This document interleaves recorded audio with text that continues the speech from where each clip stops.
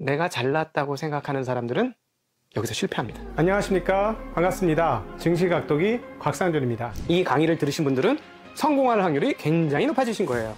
여러분이 투자하신 시간과 가치가 여러분에게 실질적인 노후를 보장하는 수단으로 돌아올 것이라고 저는 믿습니다. 이거 우리끼리 비밀입니다. 이거 딴 데 가서 말씀하지 마세요. 이런 강의하는 사람 거의 아마 제 생각에는 없을 것 같아요. 이건 실전을 해본 사람만 아는 얘기예요. 안녕하십니까, 권순장의 브릿지 권순장입니다. 박정호 교수님을 모시고 이야기를 한번 나눠보겠습니다. 오늘은 주식 이야기 이런 게 아니고요, 우리나라 그리고 또 뭐 자영업 하시는 분들, 이런 분들에 대한 이야기를 한번 나눠보려고 그럽니다. 요즘 이제 젊은 사람 얘기를 한번 해보려고. 맞아요. 아까 뭐 인구 문제도 문제지만 누가 그러더라고요. 이 30대들에게 희망이 없기 때문에 우리나라는, 아까 그게 양극화의 문제일 수도 있고요. 또 한 가지 되게 조심스러운 문제입니다. 남녀의 문제. 그러니까 예전에는 같은 나이대는 비슷한 생각을 한다라고 생각을 했는데, 요즘은 같은 젊은 나이대인데 남자와 여자가 전혀 다른 이야기를 하고 또 사회적 갈등이 굉장히 많더라고요. 이런 것들이 그냥 그 나이대에 잠깐 있다가 사라질 건지, 아니면 이 문제들이 계속해서 우리나라에 영향을 미치면서 큰 문제로 다가올 건지, 이런 것들도 한번 여쭤보고 싶습니다. 이게 그동안 오랫동안 있었던 문제를 없애는 과정에서의 저는 성장통으로 보고 있습니다. 이게 제 개인 관점인데요. 사실 우리나라는 뭐 동의하실지 모르겠습니다만 당연히 오랫동안 여성의 지위가 굉장히 열위에 있었습니다. 우리나라는 OECD 국가 중에서 여성의 임원 진출률도 가장 떨어지는 국가고요. 그래서 의무적으로 여성의 임원을 일정 숫자 이상으로 늘리도록 국가에서 권장하고 막 장려했음에도 불구하고 억지 춘향으로 막 맞춰요. 하여튼 그런 일들이 있고, 그뿐만 아니라 뭐 그 밖에 여성의 평균 임금과 남성의 평균 임금의 차이라든가 재직 연수의 차이라든가 뭐 여러 가지 요인이 있습니다. 그러다 보니 지금은 많이 낮은 거지만 옛날에 더 심했거든요. 아니 애 낳은 여자가 말이야 어디서 뭐 직장을 다니려고 그래, 이런 소리 막 했었던 시절이 있었잖아요. 그리고 이제 애 낳았어, 이제 그만 집에 가봐야지, 이런 소리도 많았었잖아요. 요즘 난리 날 소리죠.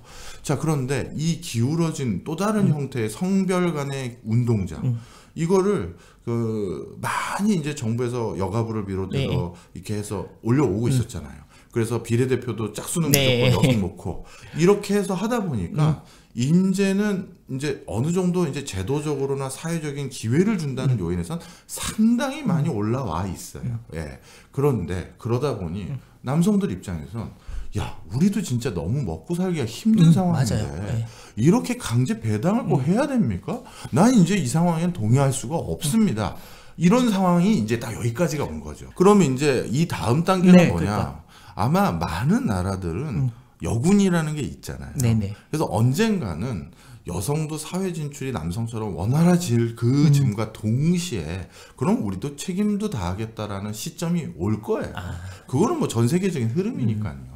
대신 그쪽에 그런 어떤 책임과 의무를 다 같이 하는 거니까 정말 동등하게 대우를 해드려야죠. 근데 지금은 딱 거기까지 가기 직전 성장통이다. 저는 이 성장통을 안 겪고 그 다음 진보를 하는 나라는 솔직히 못 봤어요. 저는 이게 너무 크게 골이 생기지 않고 건전한 담론이 돼서 그 다음 대안을 모색할 수 있는 기회가 됐으면 좋겠어요. 저는 오늘 또 교수님이 진짜 처음 뵙고 또 교수님 중에 형님이라는 말을 서슴없이 하는 분을 제가 또 붙고, 또 한 가지는 요즘 제가 방금 드렸던 질문을 하면 굉장히 조심스럽게 말씀하세요. 그리고 웬만하면 그런 질문을 안 했으면 좋겠다. 왜냐하면 해서 득되는 게 전혀 없기 때문에. 아니 이거 잘못되면 곽도기 형님만 고생하지 내가 학생들한테 막 가면 막 그럽니다. 또 이렇게 남녀 이렇게 있으니까. 그래서 그 부분도 저는 되게 걱정 많이 했거든요. 야, 우리나라 이렇게 해서 맨날 갈등만 하다가 뭐 지역 간 갈등 이런 거 좀 해소된 것 같으니까, 제가 어릴 때는 맨날 지역 갈등 그런 거 얘기를 했었거든요. 근데 요즘은 그런 얘기는 많이 많이 없어지고 남녀 갈등의 얘기를 있어요. 되게 많이 하니까, 그래서 이거는 어떻게 되나 했는데, 그것도 이제 딱 성장통을 겪고 있는. 제 개인적인 바람이면 조금 짧게 그랬으면 좋겠어요. 짧게 이렇게 지금 30대 이하 20대 애들에게 지역 감정 이런 거는 없는 단어입니다. 진짜 그런 것 같아요. 너는 고향이 어디냐? 넌 어디? 이런 거 없어요. 이 성장통이 끝난 거죠. 그래서 이제 이 성별에 대한 젠더 갈등, 이것도 빨리 끝났으면 좋겠습니다. 이 모든 문제들이 우리나라를 앞으로 이렇게 발전시키는데 다 장애 요소가 될 것이라는 생각을 했는데, 뒤돌아보니까 많은 나라 다녀보셨지만 문제 없는 나라 없지 않습니까? 없죠. 아유, 우리나라 문제도 엄청나죠. 아, 저도 인정합니다. 아유, 이거 뭐 어떻게 될 것 같기도 하고 막 걱정도 될 때도 있는데, 아유, 옆 바로 밑에 일본만 보면, 야, 뭐 거기 그 관료들은요, 아, 진짜 뭐 이걸 모든 걸 해봤어요. 그래가지고 이제 어떤 걸 더 해야 될지도 모르겠다라는 나라도 있고, 중동도 뭐 만만치 않고요. 아, 미국은 뭐 잘 나가는 것 같아서 미국도 뭐 고름 나오는 데가 많아요. 양극화의 거의 네. 끝판왕이 미국이죠. 예. 네. 미국에서 가장 중요시 여기는 정책적 아젠다는 딱 하나예요. 중산층 일자리의 복원이에요. 그래서 방금 말씀하셨던 빈부격차가 정말 극단으로 벌어졌는데 코로나19 터지고 부유층은 더 잘 살아졌대요. 네, 맞죠. 그리고 극빈층은 더 늘어났고 그런데 이 사람들이 저 어떻게 보면 징검다리 네. 올라갈 수 있는 경로가 없는 거예요. 중산층 일자리가 너무 없어져서. 그래서 이번에 저희에게 요구했던 게 뭔지 아시죠? 배터리랑 반도체 공장 지어라. 예, 글로벌 탑 티어의 제조업 공장은 대표적인 중산층 일자리거든요. 그런 것들에 대해서 정말 강력히 원했었어요.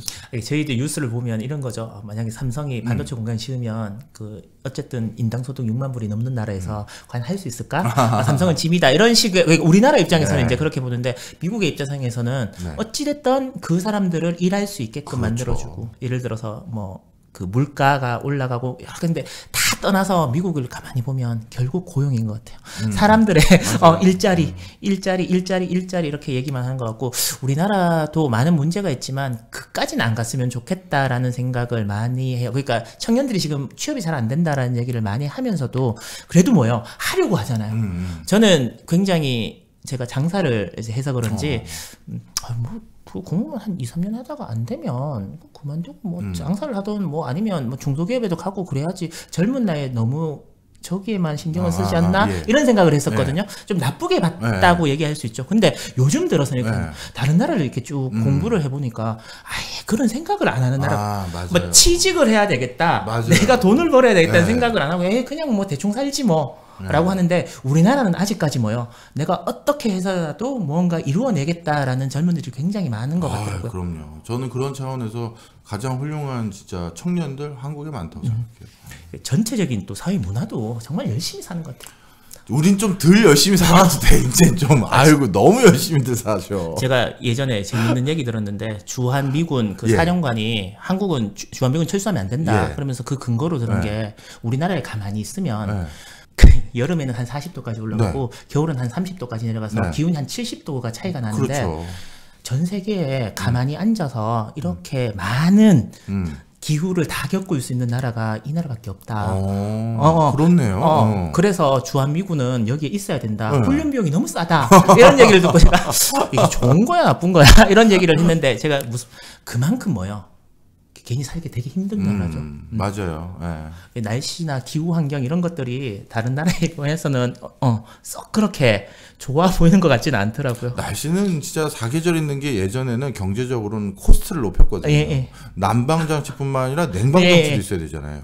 근데 이번에 기후 이상으로 인해서 텍사스 저쪽에 그 한파 오고 그때 온열기 없어서 다 난리 났었고 저기 캐나다에 지금 엄청 고온이 있었을 때 에어컨 설비 없어가지고 또 문제 됐잖아요. 저 아시는 분도 지금 캐나다에서 에어컨을 지금 설치하는데 못 단대요. 못 단다 그러시더라고요. 그 우리는 대비가 잘 돼 있네요. 진짜 그렇게 보면 어떻게 보면 뭐 미리 다 준비를 해놓고 있는 것 같다. 한때는 저도 막 그랬거든요. 왜 우리나라는 아무도 가진 게 없을까라고 했는데 그런 환경들이 이렇게까지는 뭐 우리나라 국민들이 아까 말씀 너무 열심히 살게끔은 만들어놨어요. 그런 의미에서 이렇게 열심히 사는 우리나라 국민이 왜 이렇게 자영업을 많이 하는 걸까요? 그건 일단 이것도 구조적인 이유가 있습니다. 좀 말씀 좀 해주십시오. 가장 큰 이유는 우리나라는 삶의 모습이 24시간 풀가동이거든요. 그러니까 외국에서는 6시 문 닫아요. 근데 한국은 밤에도 활발하죠. 그리고 12시 넘어서도 여러 가지 번창하는 업종들이 있습니다. 그러다 보니까 사람들이 24시간 노는 충분한 소비풀이 있는데 그걸 커버하려면 외국에는 예를 들어서 맥주집이 하나 있다면 여기는 두세 개 있어도 되는 거잖아요. 바로 그런 24시간 어떤 뭐 활동할 수 있는 문화 또는 그런 여건이 있었기 때문에 거기에 부합하고자 하는 또 여러 가지 소상공인 서비스 업종이 늘어날 수밖에 없었던 것이죠. 그런데 이 부분이 이제 코로나19 터지고 나서 컬처가 바뀌어가죠. 컬처가. 지금 그 혹시 주변에 친구들 분 중에서 직장 생활 하시는 분 중에서 이제 저녁 회식 잡는 거 들어보신 적 있으세요? 안 들어봤죠. 못 들어봤고 그 얘기 하는 거 보고 제가 깜짝 놀랐어요. 제 주변은 거의 다 자영업을 많이 하거든요. 네. 와, 10시까지밖에 식당이 영업을 안 하니까 회식을 안 해서 너무 좋다. 그래서 코로나는 없어졌으면 좋겠는데 10시까지 영업 제한은 계속되면 참 좋겠다라고 얘기를 하는 걸 제가 듣고 깜짝 놀랐어요. 그렇죠. 네, 저거는 우리 그 통닭집, 치킨집, 왜냐면 치킨집 5시에 문 열거든요. 네. 그때부터 준비해서, 맞아요. 준비해갖고 좀 팔아보려고 그러면 맥주도 한잔하고 새벽 2시, 3시까지 네. 영업을 해야 되는데, 그래서, 와, 자영업자들 어떡하지? 그래서 제가 오늘 교수님한테 코로나가 이렇게 터졌지 않습니까? 일어나고, 그러면 원래도 우리나라 자영업자들이 정말 많았는데, 네. 속된 말로 박 터지게, 많았죠. 치킨집 종류, 그러니까 치킨집이 많은 게 아니라 치킨집 브랜드도 지금 다 못 외울 정도로 네. 많이 있거든요. 이 자영업자들이 이 코로나 이후에는 어떠한 형태로 바뀔 건지 아니면 또 고민하시는 그런 부분들이 있는지 한번 여쭤보고 싶습니다. 네. 자영업이 두 가지 종류가 있습니다. 흔히 말하는 프랜차이즈라고 좀 쉽게 설명할게요. 학문 용어를 쓰지 않고. 프랜차이즈처럼 누가 매뉴얼한 그거를 따라가는 자영업이 있어요. 이거는 생명력이 그렇게 높지 않다고 봐요. 그런데 유럽에서는 물론 우리처럼 자영업 숫자가 많지는 않지만 어떤 자영업이 있냐면 부티크 매장들이 있어요. 내가 나만의 어떤 가게 브랜드를 가지고 내가 이걸 하는 거예요. 제가 네덜란드 그 암스테르담 대학교 특강을 갔다가 제가 깜짝 놀란 분위기를 보고 제가 잊혀지지가 않는데 거기는 친구들이 제가 옆에 테이블에서 커피를 마시고 있는데 대학생 졸업반 애들 5명 정도가 대화를 나누고 있는 거예요. 뭔 얘기하나 자세히 들어봤어요. 봤더니 한 친구가 나머지 친구한테 야, 얜 취업 준비를 하는데 그러는 거예요. 무슨 얘기냐? 네덜란드에는요 그렇게 좋은 대학교를 다니는 친구들 같은 경우는 취업을 하는 거를 바보짓이라고 생각해요. 그럼 뭘 해야 되나? 창업을 해야 되나요? 남 밑에서 왜 일을 해? 이거죠. 창업을 해야 된다는 거죠. 야, 그리고 젊었을 때 창업해야지 나이 들어서 창업하다 깨지면 그건 진짜 치명상인데 이런 생각도 있는 거죠. 그리고 취업할 때도 경력에 제일 좋아하는 게 창업해본 사람. 실제 전투를 해본 거잖아요. 뒤에 앉아가지고 시키는 일을 한 게 아니라. 그런 것들을 유럽에서 정말 중요시 여겨요. 근데 우리나라는 반대지 않습니까? 반대죠. 반대. 다행히도 카카오 그룹 같은 데는 입사할 때 제일 좋아하는 경력이 스타트업을 해본 거예요. 이제 바뀌고 있는 데도 있어요. 자, 그런데 그렇게 해서 제가 그 친구들한테 물어봤어요. 아니 젊었을 때 내 브랜드를 갖고 내가 원하는 대로 일을 해봐야지 내가 왜 남이 시키는 일을 그대로 해야 되나요? 이런 거예요. 그래서 그런 친구들이 한다는 창업이 무슨 뭐 위워크에서 뭐 앱 만들고 이런 게 아니라 재래시장에서 과일 도매상을 하는데 고민하는 건 이 과일을 어떻게 디스플레이를 해야, DP를 해놔야 이게 아주 영롱하게 빨갛게 보여서 사람들이 사고 싶게 만들까. 그래서 보색 대비나 채도 대비를 막 공부해요. 그래서 밑에 우리는 무조건 밑에 라면 상자 깔아놓잖아요. 그렇죠. 빨간 바구니에다가 빨간 바구니에 라면 상자 깔아놓는데 그게 아니라 어떻게 하면 먹음직스럽게 보이고 바구니를 어떻게 데코를 해야 이거에다 단 뭐 0.5 뭐랄까요, 유로라도 더 받을 수 있을지 그걸 고민하려고 뭐 그런 거 막 고민하고 이름 짓고 유통은 어떻게 하고 재고 관리는 어떻게 하고 정말 철저해요. 그렇게 해서 잘 되면 그 다음에 어떻게 한다? 2호점 내고 3호점 내고 그 다음에 수출도 알아보고 이런 게 유럽의 문화거든요. 그게 다 처음에 자, 여러분들 정주영도 이병철도 뭐 또 요즘 잘 나가는 사람 누굴까요? 다 김범수 다 소상공인 출신들이에요. 예. 그래서 그들 중에서 성공한 사람이 거기까지 간 거죠. 그래서 저는 그런 유럽의 문화를 보고 부러웠어요. 그래서 우리나라는 소상공인 그러면 그게 매뉴얼을 주어진 걸 따라가는 그 트랙들을 좀 많이 고민하세요.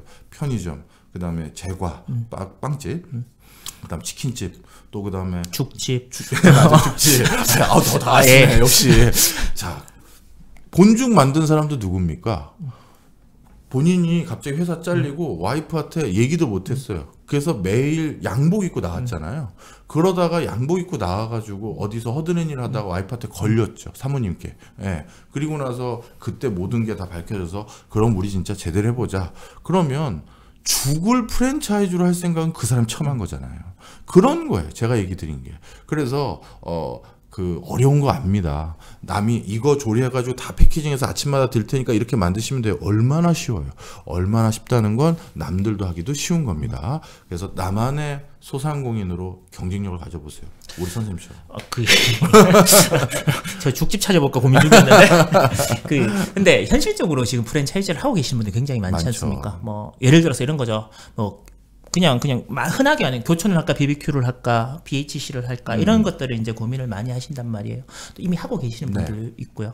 그리고 그런 분들은 그러면 어떻게 해야 되느냐? 그렇죠. 장사가 지금 안 되고. 아니, 물론 치킨집은 좀 잘 됩니다. 나머지 프랜차이즈 이런 집들은 과연 어떤 선택을 해야 할까요? 중요한 말씀을 하셨어요. 자, 이렇게 말씀드리고 싶습니다. 순서의 문제이긴 한데요. 사실 저는 어떤 또 성공한 소상공인을 봤냐면 치킨집을 넣으시려고 일부러 프랜차이즈에서 일을 해보셨어요. 그런데 일만 한 걸로는 다 알 수가 없더래요. 그래서 적당하게 잘 나가는 프랜차이즈 가맹점에 가입을 해서 가맹점에서 닭을 한번 팔아봤대요. 그리고 나서 그 업계의 판을 읽는 눈이 생긴 거죠. 아, 내가 프랜차이즈를 가지고 해보니까 이러이런 맥락이고 이러한 게 이 바닥이구나. 이쪽 그 상권 분석도 이렇게 해야 되구나. 그걸 알고 그러면 이제 나는 됐어. 내 브랜드로 창업해야지. 하셔서 지금 안산, 동탄, 그것도 그분이 정하신 동네예요. 일부러. 거기서 해야겠다. 아, 동탄. 저 주말 부부에서 동탄에. 그러시구나. 그래서 거기에서 치킨집을 하신 분이 계세요. 근데 그 치킨집이 대박이 났죠. 주식회사로 바뀌었고 직원만 30-40명이 넘죠. 저 브랜드 이름 조금 이따 한번 여쭤보도록 네네. 하겠습니다. 그러면 이런 거죠. 그러니까 프랜차이즈가 내 인생 노후를 준비해주는 끝이 아니라 이걸 징검다리, 네, 그렇죠. 발판으로 삼아야 되겠다라는 생각으로 해보는 것도 한번 이제는 필요한 시점이다. 맞죠? 그럼요. 사실 제 주변에 그 프랜차이즈 하시는 분들이 있거든요. 제가 그런 얘기 굉장히 많이 듣거든요. 돈은 되게 많이 투자를 해서 하는데 그건 잘 안 되고, 물론 배달을 하시는 최근에 제가 아시는 자영업자 중에 제일 잘 된 분들은 그 골목 끝에서 피자 만드신 분들, 왜냐하면 다 배달이고 다 집에서 시켜 먹고, 그래서 이게 분명히 판은 바뀌는데 돈을 많이 투자한 업종은 지금 돈을 많이 까먹고 있고요. 소규모로 하신 분들은 이제 배달 전문으로 해서 살아남고 있는데, 그러면 지금 돈을 많이 투자해서 프랜차이즈를 하시는 분들은 과연 어떻게 해야 될까라는 그런 현실적인 고민들이 계속 들더라고요. 좀 표현이 이것도 좀 오늘 이러다 나 매장 시키려는 거 아니세요? 각도기님이 알아서 하실 겁니다. 자, 그 돈을 많이 투자한 업종도 잘 되는 게 너무 많습니다. 대표적으로 돈을 제일 많이 투자할 법했던 내용을 하나 말씀드려볼게요. 우리 곽도기 TV 녹화하고 있는 데서 멀지 않은데 그 포시즌 호텔이라고 있어요. 우리나라 최고의 그 고급 호텔이죠. 미래에 있었고. 네.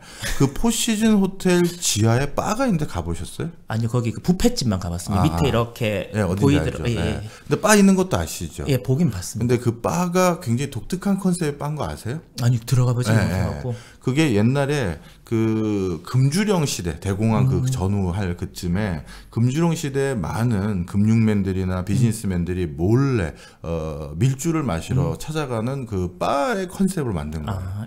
그래서 호텔 그 지하 1층을 가보면 아까 말씀하셨던 뷔페 하는 데나 이런 데는 있는데 도대체 여기 바가 어디 있는 거야? 이렇게 돼 있어요.